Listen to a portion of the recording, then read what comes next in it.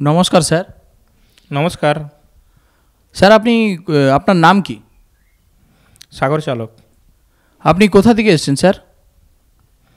গ্রাম শালচাত্রী, Jhargram district. আচ্ছা, আপনি সন্ত রামপালজি মহারাজের নাম দীক্ষা কত সালে নিয়েছেন? 2021 সালে 2 মাসে। আচ্ছা, আপনি সন্ত রামপালজি মহারাজের স্মরণে আসার আগে কি ভক্তি বা সাধনা বা পূজা করতেন? সন্ত রামপালজি মহারাজের ভক্তির আগে আমি খুব শিব ভক্ত ছিলাম। মানে জল ঢালা বলো, তারকেশ্বরে কাউড়ি নিয়ে যাওয়া এবং শিবরাত্রি পালন করা, মানে পূজা পাশা শিবের এরকম করতাম আর কি। ভক্তি খুব করতাম, শিবের ভক্তি খুব। আচ্ছা, আপনি বললেন আগে আপনি শিব পূজা করতেন, তো এখন আপনি সন্ত রামপালজি মহারাজের স্মরণে কি করে আসলেন? সন্ত রামপাল মহারাজের স্মরণে আসার কারণ, মানে আমি তো শিবভক্ত ছিলাম, তো সেই কারণে আমি প্রচুর নেশা করতাম আর কি। নেশা বলতে গাঁজা নেশা খুব বেশি করতাম। তো প্রতিদিন আমার মানে 5 চিলিম 6 চিলিম গাঁজা লাগতো। তো আমি মানে পেশায় ড্রাইভার ছিলাম, তো এই কারণে আমি সারাদিন গাড়ি চালাতাম, আর রাত্রে যখন বাড়ি যেতাম তখন বাড়ি গিয়ে সব কিছু বাজারপত্র বাড়িতে রেখে দিয়ে আর গাঁজা আর চিলিম নিয়ে আমি খুব বাইরে একটু বেরিয়ে আসতাম ফাঁকের দিকে। তো এখানে এসে আমি বসে মোবাইল চালু করে আর শিবের লীলা টিলা এই সকল দেখতাম আর কি, আর গাঁজা খেতাম। তো খাতে খাতে হঠাৎ একদিন সন্ত রামপাল মহারাজের সৎসঙ্গ আমার মোবাইলে আসে। আসার পরে সন্ত রামপালজি মহারাজ বলেন সৎসঙ্গে যে কে ব্রহ্মার বিষ্ণুর মাতা পিতা, কে শিবের ঠাকুর দাদা, এসব বলার পরে আমি অবাক হয়ে যাই, এইভাবে হয় নাকি।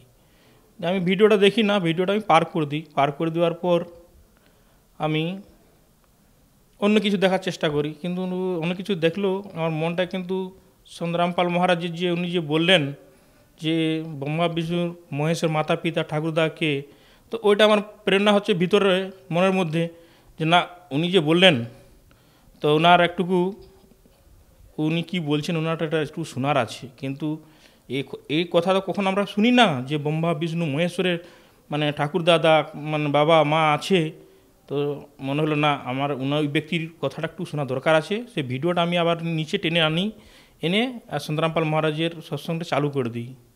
এবার চালু করে দেওয়ার পরে দেখছি যে উনি সৎসঙ্গ করছেন, আর আমাদের যত হিন্দু সমাজের ধর্মশাস্ত্র গ্রন্থ আছে, যেন শিব পুরাণ, দেবী পুরাণ, এই সকল পুরাণ উনি খুলে খুলে একটা একটা পৃষ্ঠাকে আঙ্গুল দিয়ে দেখিয়েছে যে দেখো এইখানে এরকম লেখা আছে, এখানে এরকম লেখা আছে, এখানে এখানে এইসব লেখা আছে। আর আমাদের যে ধর্মগুরুরা আছে ওনারা জানেই না, এসব বই ওনারা ঘাঁটে না কখনো। আর আমি যদি মিথ্যা কথা বলছি তাহলে আপনারা এই বই অর্ডার করে পড়ে দেখে নিতে পারেন। হ্যাঁ, তখন আমারও তো বিশ্বাস হলো যে হ্যাঁ, ইনি তো সত্যি কথাই বলছেন, যেহেতু আমাদের ধর্মশাস্ত্র গ্রন্থের বইয়ের মধ্যে উনি এইসব দেখাচ্ছেন। আমারও বিশ্বাস হলো যে না, উনি ঠিকই বলছেন। তাই আমি সৎসঙ্গ দেখলি, সেদিন দেখার পরে আমাকে খুবই ভালো লাগলো। আর ভালো লাগার পরে আমি এই সৎসঙ্গে যে লাইক আসে লাইক করলাম, সাবস্ক্রাইব করলাম, কমেন্ট করলাম, করার পরে আমি ছেড়ে দিলাম। ছেড়ে দেওয়ার পর প্রতিদিন একটা করে সৎসঙ্গ আসে সন্ত রামপাল মহারাজজির। তো আমি প্রতিদিন একটা করে সৎসঙ্গ দেখতে থাকি। তো হঠাৎ একদিন শিশি রচনা চলে আসে। তো শিশি রচনা যখন আসে তো শিশি রচনাও খুব মানে মন যোগ দিয়ে দেখি সন্ত রামপাল মহারাজের। তো দেখার পর আমি শিশি রচনাটা 3 ঘন্টার মানে ওটা সৎসঙ্গ, তো আমি 3 ঘন্টাতে আমি ওটা শেষ করতে পারি না। তো হাফ দেখেছি, আর হাফ আমি মানে আমার বন্ধ করে রেখে আর আমি আমার বন্ধুকে ওই ভিডিওটা শেয়ার করে দিই।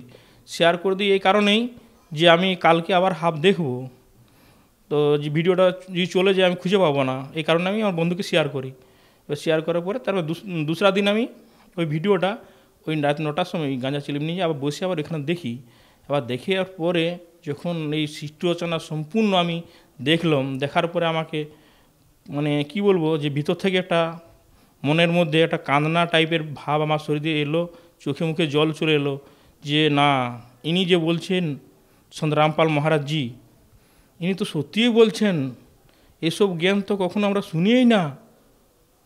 আর এইসব যখন আমি সিচুয়েশনে শুনলাম, তখন নিজেকে মানে এমন লাগছে যে যদি না সন্তরামপাল মহারাজজি ইনি যদি না সৎসঙ্গ করতেন, না যদি বলতেন এই সৎসঙ্গের বিষয়ে, তাহলে আমরা কখনো জানতে পারতাম না যে ব্রহ্মা বিষ্ণু মাতা পিতা কে, এবং ব্রহ্মা বিষ্ণু মহেশ্বরের দুর্গার উপরেও যে পরম শক্তি আছে, যে তার নাম কবির, সে আমাদের বেদ থেকে প্রমাণ দেখিয়েছে। তো এ সকল দেখার পরে আমিও বাস্তবেই অবাক হয়ে পড়ি, আর আমার মানে ওই সৎসঙ্গ দেখার পরে খুব মানে ইচ্ছুক হই যে হ্যাঁ, যে এই পৃথিবীতে কিংবা এই ব্রহ্মাণ্ডে যদি সৎসঙ্গ মানে করছে, তো সন্ত রামপাল মহারাজই সৎসঙ্গ করছেন। আর অন্য যে মানে গুরু আছে এসব বন্ডব, ইনারা কখনো আজ অবধি শাস্ত্র খুলে দেখায়নি, কেউ দেখায়নি আজকে যে। আচ্ছা স্যার, আপনি তাহলে আপনার যে গুরুজি এখন বলছেন সন্ত রামপালজি মহারাজ, ইনি প্রমাণটা কোথা থেকে দেখায়? বা সৃষ্টি রচনা আপনি বললেন, সৃষ্টি রচনা শুনেছেন, প্রমাণটা কোথা থেকে দেখিয়েছে আপনি একটু বলেন। দেখেন, আমাদের তো মানে কি বলবো, হিন্দু সমাজে যে শাস্ত্র আছে না, শাস্ত্র থেকে দেখাচ্ছেন। ধরো বেদ আছে, গীতা আছে, শিবপুরাণ আছে, দেবী পুরাণ আছে, এগুলার থেকে দেখাচ্ছে। তো এইভাবে যখন আমি দেখার পরে আমার ইচ্ছুক উঠে মনে যে না, আমি যদি গুরু বানাই তাহলে সন্ত রামপাল মহারাজজিকেই গুরু বানাবো। তো এই আমার মনের মধ্যে আমি সম্পর্ক করি আর কি, যে আমি গুরু কিন্তু সন্ত রামপালকে মহারাজই বানাবো, অন্য কাউকে আমি গুরু বানাবো না। ইনি আমাদের ধর্মশাস্ত্র অনুসারেই বলতেছেন, আর ইনি যে ভক্তিটা বলছেন এই ভক্তিটাই সঠিক। এইভাবেই আমার মানে মনে প্রেরণা হয়ে আমি এটাকে সঠিক মনে করি, সঠিক পথ মনে করি, আমি সন্ত রামপাল মহারাজের কে গুরু বানাই। আচ্ছা স্যার, আপনি সন্ত রামপালজি মহারাজের স্মরণে কীভাবে এলেন? সন্ত রামপাল মহারাজের স্মরণে আমি এলাম, আগে তো সৎসঙ্গ আমি দেখলামই একটানা মানে 1 মাস এবং 2 মাস। আমি যখন সন্ত রামপাল মহারাজের ওই 1 সপ্তাহ মতন সৎসঙ্গ দেখেছিলাম না, তখন সন্ত রামপাল মহারাজজি আমার স্বপ্নের মাধ্যমে আমাকে এসে জ্ঞান চর্চা আমার সাথে করে। মানে আমাকে ফাঁকা জায়গার মধ্যে আমি বসে আছি, আর সন্ত রামপাল মহারাজজি এই কুর্তা আর মাথা পাগড়ি বেঁধে আর আমার সামনে আস্তে আস্তে হেঁটে হেঁটে আসে, আর আমি এখানে বসে আছি একটা ফাঁকা জায়গার মধ্যে। এসে আমাকে উনি বলছেন যে বেটা, আর ভক্তি করো। আর কারণ আমি এই সময় পৃথিবী লোকে এসেছি, আর তোমাদের মতন মানব কত জন্ম তোমাদের হয়েছে, কত জন্ম তোমরা গাবিয়ে দিয়েছো, 84 লাখ ভোগ করেছো, কুকুর গাথা কত বেনেছো নিজেরা। আর মানুষ জন্ম এই কারণেই পায় যে সৎভক্তি করে সৎলোক চলে যাবে এবং মুখ্য লাভ মানে করার জন্যে। কিন্তু এই মানুষ কখনো বুঝতে চায়নি, আর এই সকল সৎভক্তি করতে চায়নি, বললেও কেউ বুঝতে চায়নি। তো আমি এই পৃথিবীর লোকে এই সময় এসেছি, আমার স্মরণে চলে আসো। তোমাকে আমি এমন একটাই স্থান আছে যেখানে মানুষ গেলে কখনো মানে জন্ম হলে একবার মৃত্যু হয় না। ওইখানে না আছে বুড়াপা, না আছে রোগ, না আছে জ্বালা, না কিছু। ওইখানে শুধু সুখ আর সুখ। ওখানে দুধের নদী আছে, মানে ঘিয়ের নদী আছে, আর ওইখানে বড় বড় বাগান, ফল বৃক্ষ, পাহাড় আছে, ঝর্ণা আছে, এই সকল আছে। তো এইভাবে আমাকে এসে বুঝিয়েছে। তো আমি তো নিজেই জানতাম না যে সতলোক কোথায়। তো আমি বলি হ্যাঁ এরকম কিছু আছে, বলছে হ্যাঁ বাবা, সেখানে অমর লোক আছে যেখানে কখনো মৃত্যু হয় না কারো। তো এসব বুঝাবার পরে আমি ওনাকে নিয়ে সম্পর্ক করি নিজের থেকে, যে হ্যাঁ আমি আপনাকে দণ্ডায়মান প্রণাম করে ওনাকে বলি যে হ্যাঁ গুরুজি, আমি তোমার স্মরণে যেতে চাই। তখন বললে হ্যাঁ বাবা তুমি আসো। তো এইভাবে বলার পরে আমার স্বপ্ন ভেঙে যায়। ভেঙে যাওয়ার পরে আমি উঠে আমার বউকে বলি, জানো সন্ত রামপাল মহারাজ আমার স্বপ্নে এসেছিলো, আর আমাকে এই সকল বলছে যে ওই একটা লোক আছে সতলোক বলে, আর ওইখানে না কখনো গেলে মৃত্যু হয় না। তো স্বপ্ন হয়েছে। আরেকদিন আমি বাড়িতে মানে শুয়েছিলাম, তো মানে বিকেলবেলা 4টা বাজে এই সময় আমি ঘুমিয়েছি জাস্ট, কিন্তু আমার চোখ বন্ধ ছিল, আমি ঘুমাইনি, চোখ খালি একটু বন্ধ আছে, ঘুমাইনি। কিন্তু সেদিনও আমার সরাসরি সন্দ্রামপাল মহারাজই আমার সামনে এসে প্রকট হয়ে যান। তো হয়ে আমাকে বলেন, বেটা তুমি কবে যাবে দীক্ষা নিতে? তো আমি বলি যাব। তো বলছে না চলো, টাইম খুব জলদি পেরিয়ে যাচ্ছে, শীঘ্রই মানে সময় চলে যাচ্ছে, তুমি কবে যাবে? আমি বলি আমি তো যাবো বলেছি তো আপনাকে, যাবো আমি, যখন আপনাকে আমি যাবো বলেছি আমি যাবোই। তখন বলছে না না এরকম করলে হয় না, আর তুমি খুব চলো, খুব তাড়াতাড়ি নিমে চলো দীক্ষা। আমি সেদিনও বলি বাড়ির লোকে সবাইকে বলি যে সন্দ্রামপাল মহারাজ এসেছিলো, নিনাই আমাকে এরকম বলছেন। তো বাড়ির লোক বলছেন, আরে তুমি সন্দ্রামপালজি মহারাজ করেন সব সময়, আর সন্দ্রামপাল মহারাজজির তুমি সৎসঙ্গ দেখছো, ওই জন্যে তোমাকে এরকম দেখা যাচ্ছে, তোমার স্বপ্নে আসছে তোমাকে এরকম করছে, এসব তোমার মাথা খারাপ হয়ে গেছে, তুমি মানে সবসময় ওনার সৎসঙ্গ দেখে দেখে। তখন আমি বাড়ির লোককে বললাম, মা বাবাকে, ভাই দাদাদেরকে, যে আমি তো মানে কি বলবো, ছোটোর থেকে বড় অবধি অনেক ফিল্ম দেখেছি। তো ফিল্ম মানে তখন প্রচুর দেখতাম ফিল্ম, রোজ 2-3টা করে ফিল্ম দেখতাম। আমি বলি কই কখনো তো আমার সামনে কোনো নায়িকা কিংবা কোনো হিরো এসে আমার সঙ্গে কথা বলে না। তো আর এই সন্দ্রামপাল মহারাজ এসে কেন বলছেন তাহলে? না, সন্দ্রামপাল মহারাজজি বলছেন ইনি পরম শক্তি আছে, ইনার ভগবান আছে, এই কারণে উনি এসে আমাকে বলছে, এইসব জ্ঞান চর্চা আমার সঙ্গে করছে, নাহলে তো জ্ঞান চর্চা করতো না। তো আচ্ছা স্যার, আপনি বলেন আপনি আগে শিব পূজা করতেন, ভোলে বাবার প্রসাদ খেতেন, হ্যাঁ, নেশা ভাঙ, তো এখন আপনি বলছেন আশ্রমে তো এসব বারণ আছে, এর বিষয়ে কি বলেন? আশ্রমে এ সকল তো মানা তো আছেই, মানে নেশা করা তো দূরের কথা, কাউকে নেশা এনে দেওয়ারও সন্দ্রামপাল মহারাজজি পারমিশন দেয় না। এ সকল জিনিস মানুষের জীবনকে নষ্ট করে দেয়। তো আপনি এত টাকা দিয়ে নেশা গাঁজা ভাঙ খেতেন, তো এটা আপনার বন্ধ হলো কি করে? এটা সন্দ্রামপালজির যে সৎসঙ্গ দেখবে, যে কোনো মানুষে যদি সন্দ্রামপাল মহারাজজির 1 মাস থেকে 2 মাস একটানা যদি সৎসঙ্গ উনি দেখতে চাই ঠিক মন দিয়ে, তাহলে নেশার থেকে অটোমেটিক উনি নেশার থেকে দূরে সরে যাবেন, ওখানে সরতেই হবে। সন্দ্রামপালজির মহারাজের সৎসঙ্গে মানে এত পাওয়ার আছে তুমি ভাবতেই পারবেন না। তুমি যদি না বিশ্বাস হয়, আপনি 2 মাস 1 মাস সৎসঙ্গ দেখুন, দেখার পরেই আপনি আপনার রেজাল্ট পেয়ে যাবেন। তো আপনি বলছেন অটোমেটিক সৎসঙ্গ, সন্তরামপালজি মহারাজের সৎসঙ্গ শুনলে অটোমেটিক নেশা ভাঙ দূর হয়ে যায়? হ্যাঁ, একদম 100%।